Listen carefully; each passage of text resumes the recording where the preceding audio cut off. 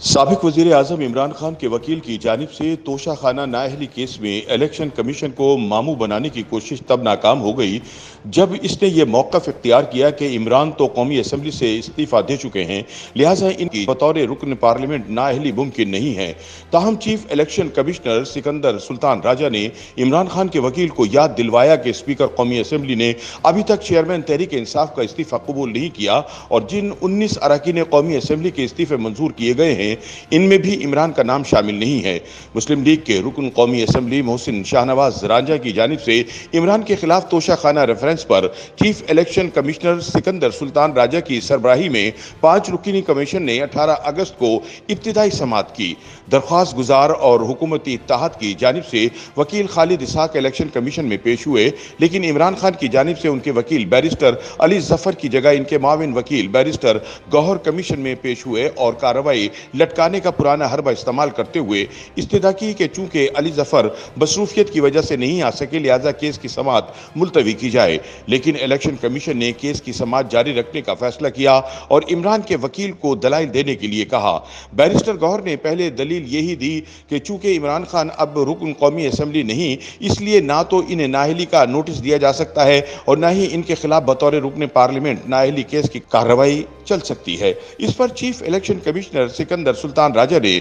जवाब दिया कि इलेक्शन कमीशन की नज़र में इमरान खान ताहल रुकन कौमी असम्बली हैं। उन्होंने कहा कि कौमी असम्बली सेक्रेटेरिएट ने इलेक्शन कमीशन को इस्तीफ़ा मंजूर करके नहीं भिजवाया, इसलिए आप अपनी मर्जी की तशरीह ना करें। उन्होंने कहा कि जब तक स्पीकर की जानिब से इस्तीफ़ा मंजूर करके इलेक्शन कमीशन को भेजा जाए तब तक कोई भी रुकन पार्लियामेंट डी नोटिफाई नहीं हो सकता। दूसरी जानिब यह भी याद रहे कि इमरान खान पहले ही कौमी असम्बली की खाली करदा 9 नशस्तों पर ज़िमनी इलेक्शन में हिस्सा लेने का ऐलान कर चुके हैं। आईनी और कानूनी माहिरीन का कहना है कि इमरान खान स्पीकर कौमी असम्बली की जानिब से अपना इस्तीफ़ा कबूल ना होने के बावजूद ज़िमनी इलेक्शन में हिस्सा ले सकते हैं, लेकिन इनकी पहली नशस्त तब खाली हो जाएगी जब वो इलेक्शन जीतने के बाद दोबारा से हलफ लेंगे। कुछ ऐसा ही मामला शाह महमूद कुरैशी के साहबजादे के साथ हुआ था, जिन्होंने पंजाब असम्बली की ज़िमनी इलेक्शन के बाद बतौर रुकन सूबाई असम्बली हलफ लिया था और यूं इनकी कौमी असम्बली की नशस्त खाली करार दे दी गई थी, जिस पर अब मुल्तान के हल्के से दोबारा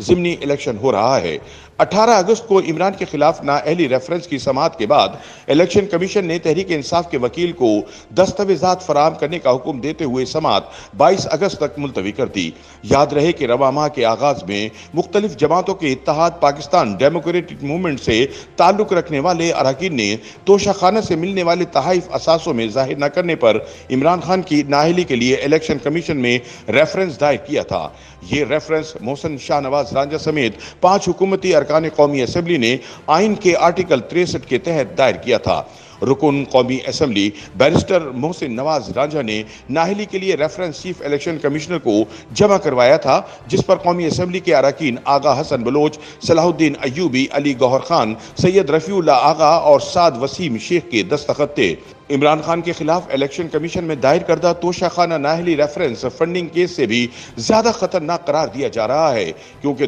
2017 में असासे डिक्लेयर न करने के इल्जाम पर ही साबिक वजीर आजम नवाज शरीफ को भी नाअहल करार दिया गया था और वो उम्र भर के लिए पार्लिमानी सियासत से बेदखल कर दिए गए थे। इमरान पर भी यही इल्ज़ाम है कि उन्होंने तोशाखाना के तहाइफ बेचकर जो करोड़ों रुपए कमाए, इन्हें 2 बरस तक अपने सालाना डिक्लेयर करदा असासों में जाहिर नहीं किया। चुनाचे नाअहली रेफरेंस में मुतालबा किया गया है कि वो भी नवाज शरीफ की तरह सादिक और अमीन नहीं रहे और अवामी ओहदे के लिए नाअहल करार दिए जाने चाहिए। चुनाचे तोशाखाना रेफरेंस में इमरान का बचना मुश्किल ही नहीं बल्कि नामुमकिन नजर आता है।